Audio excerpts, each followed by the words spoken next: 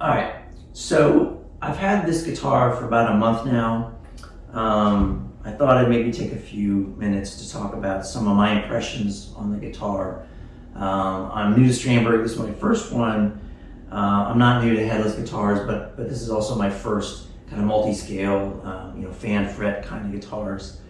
So let's start with the body. So standard Strandberg shape is pretty ergonomic and comfortable. This is a ash body with a maple cap and then a maple veneer on top of that. Looks great. Has a really nice belly cut here that makes it pretty comfortable. I do wish the cut went a little further into the horn here. Sometimes this kind of point here where it kind of comes together will kind of jam into my ribs a little bit. But overall, it's pretty comfortable. You can see it's also got a very kind of slick down access to upper frets. Standard Strandberg shape.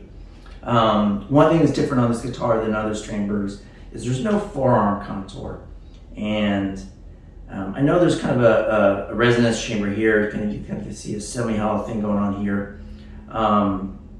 But I really wish they'd put a contour here. For a company that's, in terms of their body shapes, is all about ergonomics, I think keeping the whole telly no forearm contour to me doesn't make a lot of sense. You're a more modern shape, a more modern approach. Strats have a forearm contour because all the telly players told Leo Fender, that's not comfortable. We want that to be more comfortable. And I get why some telly today still keep no contour. It's kind of a vintage thing, but for a guitar like this, it doesn't make sense to me. It should have a contour there. It's a fixed bridge, so there's no tremolo. The pickups are from Sir. They're the standard vintage telly kind of pickups. We'll talk about that a little later. Standard volume, tone, three-way switch. So overall, the body's very comfortable. It's a very light guitar. I think this one's like 5 pounds, 3 ounces. And most of the Strandbergs are around 5 pounds. When I bought this from Sweetwater, I actually kind of, on purpose, picked up one of the more, the heavier ones, because I was concerned about like a super lightweight guitar might, just not have as much resonance. So let's talk about the neck. You've got the Strandberg neck here, called the Endura neck, which I found not hard to get used to. It's got a good chunk to it, so if you want a real thin neck, this isn't for you.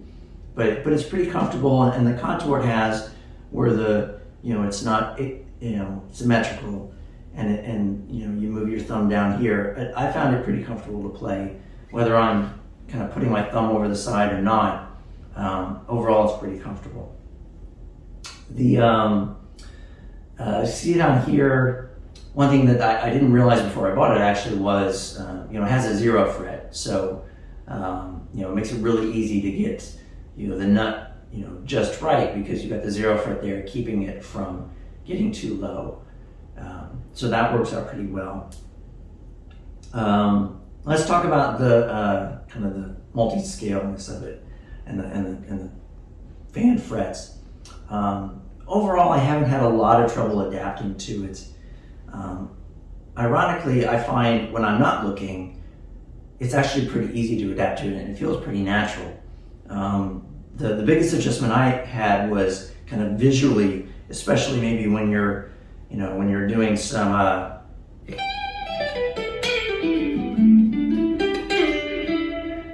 shifting positions. Visually, I found it hard to kind of just see where to go, and because of the frets tilting a little bit. I got used to it, but honestly, it would have been much easier visually if the fret markers here, you can see the dots here, go from the kind of the upper part of the fretboard, and then they shift up here. I wish they'd just go straight down the middle, like your standard Fender. because I need having the fret dots not be kind of between the D and the G string. Again, visually it made it harder to shift around. The other thing that I've noticed with the frets like this is for some chords, like if you're doing a major seventh and you want to play it like this, or you just want to do a major chord and make sure you have control of all the notes like this,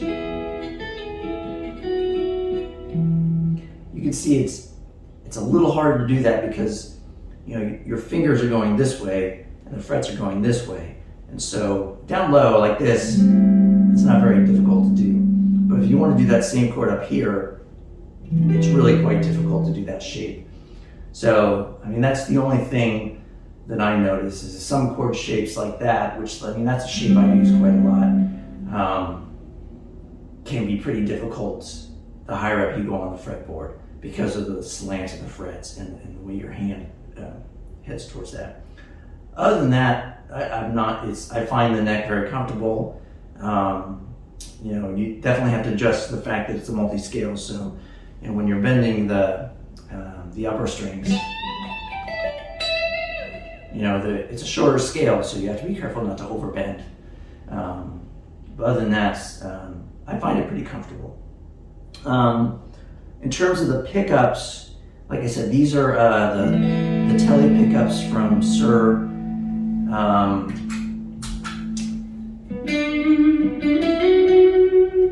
The pickups are very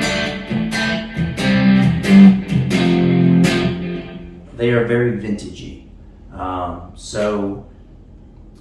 If you're coming to this guitar expecting, because of Strandberg and kind of the modern guitar, that it's kind of a modern sound, I actually don't think you're going to get this. It's a very vintagey, Tele kind of sound, which I think was the purpose of this guitar model. I will say, with the stainless steel frets, which this guitar has, it makes the guitar a little bright. Part of me wonders if, given the kind of the vintagey vibe sound of this guitar, if it wouldn't have been better suited sonically to have kind of standard nickel frets and not the stainless steel frets. I think Strandberg's put stainless steel on all their guitars, but for this kind of guitar, I wonder if maybe kind of the more vintagey kind of frets would have worked better. But overall, it's got a nice sound, it's got a nice resonance to it.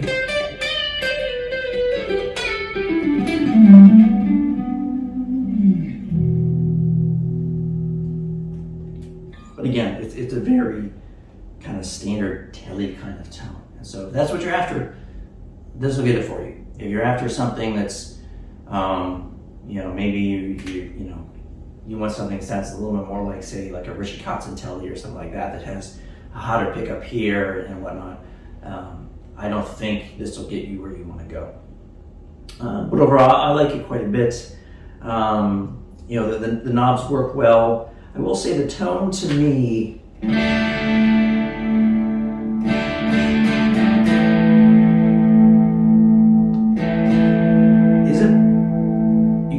isn't super linear. You got to turn it down quite a bit to hear the difference. Overall, I like it quite a bit. For me, it was kind of between this guitar or the Classic that has the HSS. Part of me thinks if I had to do it over again, I probably would have gone for the HSS version. I like this a lot, but I think I would have been happier with the kind of more stratty HSS kind of thing. I think it would have fit, for me, the vibe of the guitar a little better. But overall, it's a very nice guitar, and it's a beautiful to look at. Fit and finish is really nice. I know these guitars are made in Indonesia, and it's quite a bit of money to spend on a guitar that's made in Indonesia.